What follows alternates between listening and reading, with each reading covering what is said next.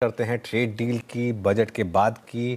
Motilal Oswal financial services के institutional equities के head of research Gautam Duggar हमारे साथ जुड़े हैं। Gautam ji, good morning.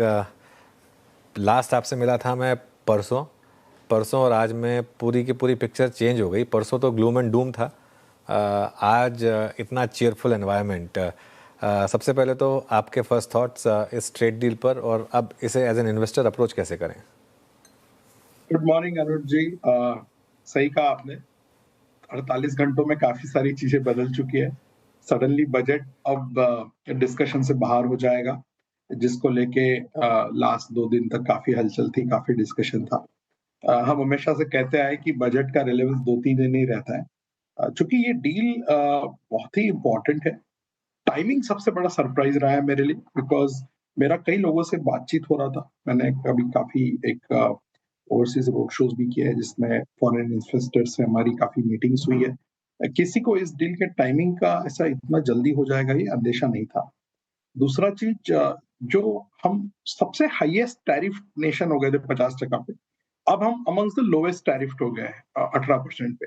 I think हमसे कम केवल 3 या 4 ही कंट्रीज है, यूरोपियन यूनियन, यूके, जापान और प्रॉब्ली साउथ कोरिया। तो बहुत अच्छा ये एक न्यूज फ्लो है, बिकॉज इसने काफी बड़ा ओवरहैंग क्रिएट कर रखा था, सिर्फ इक्विटी मार्केट के हिसाब से नहीं, लेकिन बाकी 2-3 पहलुओं को भी अगर आप देखते हैं, exports, economy, jobs, labour intensive sectors, और सबसे बड़ी चीज करेंसी करेंसी पे इसका बहुत बड़ा इम्पैक्ट हो रहा था। बिकॉज इंडिया एक अकेला ऐसा नेशन रहेगा था जो सिंगल आउट हो गया था ट्रेड रिलेटेड हेडविंड्स के लिए। दूसरा चीज, इसके वजह से जो हमने कई सारे एफआई आउटफ्लोज देखे पिछले 12-15 महीनों से, लास्ट ईयर कैलेंडर ईयर 25 में करीबन $19 बिलियन का आउटफ्लो था। दिस ईयर जो पहला महीना था उसमें ऑलरेडी $3.5 बिलियन निकल चुके हैं। तो $24-25 बिलियन चले गए पिछले 15 महीने में। मुझे लगता है थोड़ा सा वहां पे एक हॉल्ट आ सकता है। इवन दो हम बहुत बड़ा इनफ्लो ना भी देखें, तो एटलीस्ट आउटफ्लो अगर रुक जाए तो एक काफी सपोर्ट रहेगा इक्विटी मार्केट्स के लिए from a short term perspective.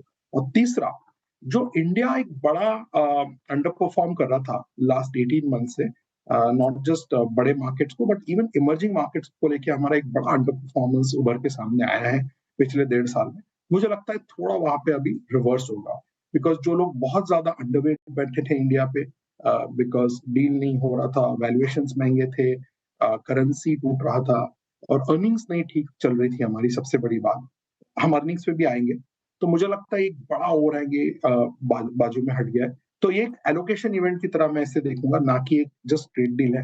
ये बड़ा एलोकेशन इवेंट है for big funds who were underweight on India, तो उनको थोड़ा सा अपना पोर्टफोलियो में अभी चेंज करना होगा। तो मुझे लगता है काफी अच्छा साल का सबसे बड़ा न्यूज उभर के सामने आया है। और मुझे लगता है जैसे अर्निंग्स पिक्चर चल रहा है, थोड़ा अर्निंग्स और थोड़ा सपोर्टिव हो जाए, तो इंडिया का जो 1.5 साल का एक स्टेबल मार्केट था या स्टैग्नेंट मार्केट था, मुझे लगता है हम यहाँ से अब आगे की ओर थोड़ा ढंग का रिटर्न हमारा भी बनना चालू होगा। गौतम जी, नाम आपने इसको बहुत अच्छा दिया, एलोकेशन इवेंट, है ना। लेकिन मैं उससे पहले एक स्पेस पे और आऊँगा जिसको लेके सबसे ज़्यादा अगर आप देखें नेगेटिव प्लेसमेंट थी, with that I think 50% tariff. क्योंकि हमारे बहुत सारे एशियन पीयर्स जो हैं वो टेक्सटाइल में बड़े मैन्युफैक्चरर हैं, एक्सपोर्टर भी हैं, उनके पास सडनली अगर आप देखें एक बहुत बड़ा माइलेज था, और अब हमारा टैरिफ उनसे कम है 18%। टेक्सटाइल, बहुत सारी मिड कैप कंपनियां, लार्ज में भी कुछ एक दो हैं जिनका बहुत बड़ा अंश है textile, and they are completely exporters. Textile space को आप कैसे रीड कर रहे हैं इस वक्त? तो देखिए, हमारा टेक्सटाइल पे कोई बड़ा कवरेज नहीं है, बट बहुत ही क्लियर चीज है कि इसमें हमको एक इंडिया का जो थोड़ा सा कॉम्पिटिटिवनेस चला गया था बांग्लादेश, वियतनाम जैसे कंट्रीज के मुकाबले, वो कॉम्पिटिटिवनेस वापस आ जाएगा। तो क्लियरली टेक्सटाइल सेक्टर एक बड़ा बेनिफिशियरी रहेगा इसमें। मुझे लगता है जो कंपनीज है, हालांकि हमारा इस पे कोई रेटिंग नहीं है, एस्टिमेट नहीं है, टारगेट प्राइसेस नहीं है, बट वेल्सपन, किटेक्स, गोकुलदास, इंडोकाउंट, ये सारे कंपनीज को क्लियरली फायदा होगा। दूसरा, रेमंड लाइफस्टाइल भी जो है, उनको भी थोड़ा बहुत मुझे लगता है बेनिफिट होगा इस सब चीजों का। तो हालांकि स्टॉक मार्केट के नजरिए से देखने जाए तो टेक्सटाइल कोई बड़ा सेक्टर नहीं है, बट हाँ, बॉटम अप आइडिया पिकिंग के हिसाब से देखें तो एक बड़ा sector from a trade deal beneficiary point of view उभर के सामने आ सकता है। But Viren ji again at the cost of repetition मैं कहना चाहूंगा कि इंस्टेड ऑफ छोटे छोटे सेक्टर्स या इंडिविजुअल बॉटम अप आइडियाज, आज का दिन जो है मुझे लगता है एक लिक्विडिटी और एलोकेशन इवेंट है, क्योंकि जो एक बड़ा अंडर परफॉर्मेंस देश का अपना चल रहा था इमर्जिंग मार्केट के मुकाबले, थोड़ा सा वो एक मुझे लगता है कई सारे लोगों को वापस से टेबल पे बैठ के सोचना पड़ेगा कि इंडिया को किस तरीके से देखा जाए, क्योंकि करेंसी भी मुझे लगता है थोड़ा सा भी स्ट्रेंथ वापस आना चाहिए उसमें, which improves the prospect for dollar returns for a lot of foreign investors. तो बड़े सेक्टर्स में भी मुझे लगता है रिएक्शन आपको देखने मिलेगा। तो एक तरीका है कि आप डायरेक्ट बेनिफिशियरी देखें जिसमें बहुत बड़े सेक्टर्स नहीं रहेंगे, आपके छोटे छोटे सेक्टर्स ही रहेंगे, textile, maybe some durables here and there, gems and jewellery, उस टाइप के सेक्टर्स, या ऑटो एंक्स में भी। बट जो बड़े इनडायरेक्ट बेनिफिशियरीज है, मुझे लगता है जहां पे एलोकेशन बढ़ सकता है, अगर इंडिया का एलोकेशन आपको बढ़ाना है तो फाइनेंशियल्स, कंजम्पशन, टेक्नोलॉजी, कैपेक्स, ये जो 3-4 बड़े सेक्टर्स हैं, मुझे लगता है वहां पे एक थोड़ा सस्टेन्ड और ड्यूरेबल अपमूव आने के चांसेस ज्यादा लग रहे हैं। ओके, तो गौतम जी अब अर्निंग सीजन भी हाफ वे थ्रू है, यहाँ पर कोई आपको एकदम स्टैंड आउट अर्निंग्स या सबसे खराब अर्निंग्स लगी हो जिन पर फोकस किया जा सके, और अगर इसमें थोड़ा सा ट्रेड डील का भी तड़का जुड़ जाए तो और भी अच्छी बात हो जाए? तो अनुज देखिए, अर्निंग्स अभी तक ओवरऑल अगर आप टॉप डाउन देखते हैं तो इनलाइन है। हमारे कवरेज के लगभग 199 कंपनीज कल तक नंबर्स पोस्ट कर चुके, तो मान लीजिए 200 कंपनीज के अर्निंग्स आ चुके हैं।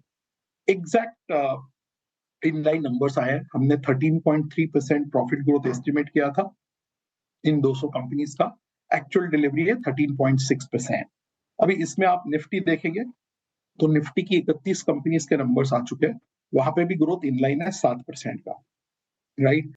अभी इसमें काफी सारे नुआंसेस होते हैं, बिकॉज अब जब टॉप डाउन देखते हैं तो एक बहुत अलग पिक्चर उभर के आता है, अगर आप बॉटम अप देखने जाए तो अलग पिक्चर बनता है। अभी आप 200 कंपनीज को स्प्लिट कीजिए large, mid and small cap में, तो लार्ज कैप आउट परफॉर्म कर रहे हैं अर्निंग्स को इस बार। लार्ज कैप का अर्निंग्स थोड़ा एक्सपेक्टेशन से बेटर है, जबकि mid cap and small cap marginally below expectations है।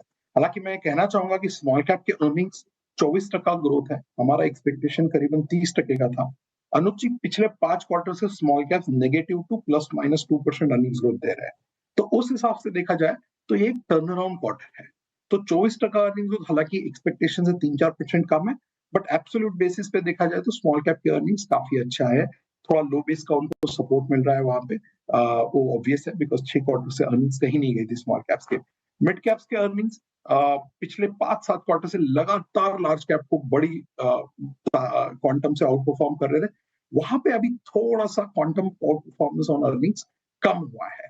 तो जो हम नंबर्स देख रहे हैं मिड कैप्स के, वहां पे 17% के सामने करीबन 14% का अर्निंग्स ग्रोथ आया है, और लार्ज कैप का अर्निंग्स ग्रोथ करीबन 13% है। तो लार्ज कैप और मिड कैप का अर्निंग्स ऑलमोस्ट कॉन्वर्ज हो चुका है ये क्वार्टर में, जबकि पिछले 5-6 क्वार्टर अगर आप देखने जाते हैं तो मिड कैप का अर्निंग्स ऑलमोस्ट डबल था लार्ज कैप के मुकाबले। तो लार्ज कैप के वैल्यूएशंस भी रीजनेबल है, और लार्ज कैप का अर्निंग्स ग्रोथ जो गैप था मिड कैप का वो कम हो गया है। तो रिलेटिव बेसिस पे मुझे लगता है लार्ज कैप रिस्क रिवॉर्ड के एंगल से देखा जाए तो ज्यादा अट्रैक्टिव है। At a index level large cap valuation 20.5 time पे है, मिड कैप अभी भी 27 टाइम चल रहा है इंडेक्स पे, और स्मॉल कैप 23-24 टाइम चल रहा है। और जो सेक्टर्स अच्छे कर रहे हैं उसमें ऑटो है, कैपिटल गुड्स है, इवन केमिकल्स, बहुत मेरे ख्याल से 3-4 साल बाद नंबर्स इन लाइन आ रहे हैं केमिकल्स के। कंज्यूमर स्टेपल्स जो एकदम 2-3 साल से नंबर्स नहीं आ रहे थे, वहां पे भी 12% का अर्निंग्स ग्रोथ अभी तक हमने देखा है, 12 कंपनीज के नंबर्स आ चुके हैं। This is a 7 quarter high number. NBFC both lending non lending के नंबर अच्छे हैं, मेटल्स के नंबर अच्छे हैं, and IT was in line. तो काफी सारे सेक्टर्स है जो कंट्रीब्यूट कर रहे हैं, और सॉफ्टनेस की तरफ से देखा जाए तो banking both private and PSU थोड़े फ्लैटिश है, बट इन लाइन है। सो ये बेसिकली ब्रेक डाउन है अर्निंग्स का, different sectors, different market cap wise, end of course blended with the valuation. अच्छा, ये आपकी एक बात मैं जब आपने पीएसयू बैंकों का जिक्र किया एकदम से मेरे जहन में आई। पीएसयू बैंक्स गौतम जी, मतलब इस लास्ट 1 साल के फेज में जब इंडेक्स निफ्टी रेंज बाउंड रहा, प्रीवियस हाई को रीगेन किया बट फिर सरेंडर कर दिया, पैसा बना पीएसयू बैंक्स में, आप लोगों के पोर्टफोलियो में और आपके रिकमेंडेशंस में शामिल भी था ये। The kind of borrowing programme जो इस बजट में प्रोजेक्ट किया गया है, उसके बाद बॉन्ड यील्ड का स्पाइक होना वो लाजमी था। अभी आप पीएसयू बैंक्स को इस बोरोइंग प्रोग्राम के साथ और जिस प्रकार का बॉन्ड यील्ड्स में बिहेवियर की एक्सपेक्टेशन है उस बीच में कैसे रीड कर रहे हैं आप पीएसयू बैंक्स को? आपने सही कहा, हमारा ओवरवेट रहा है और हमें आज भी पीएसयू बैंक्स पसंद है। अभी भी हमारे मॉडल पोर्टफोलियो में पीएसयू बैंक्स ओवरवेट है।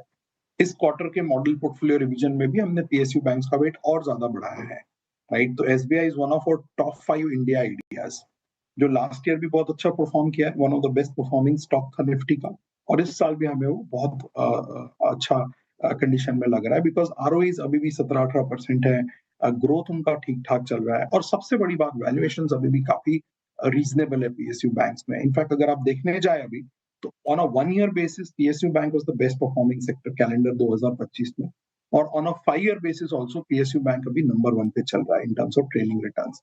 इसके बावजूद भी वैल्यूएशंस अभी काफी सस्ते हैं, एसेट क्वालिटी का आउटलुक ठीक ठाक है, क्रेडिट ग्रोथ हमें लगता है यहाँ से पिकअप होगा। तो हमारा जो झुकाव है वो अभी भी पीएसयू बैंक की तरफ थोड़ा ज्यादा है compare to private banks. Private bank हम थोड़ा सा अंडरवेट है, बिकॉज हमारा पीएसयू बैंक में बड़ा ओवरवेट है, और वहां पे हमें ग्रोथ ठीक ठाक लग रहा है। गौतम जी, बहुत बहुत शुक्रिया, इतने बड़े दिन पर आज आप हमारे साथ जुड़े और इन सब टॉपिक पर आपने बात की हमारे साथ। कीड़े इन्वेस्ट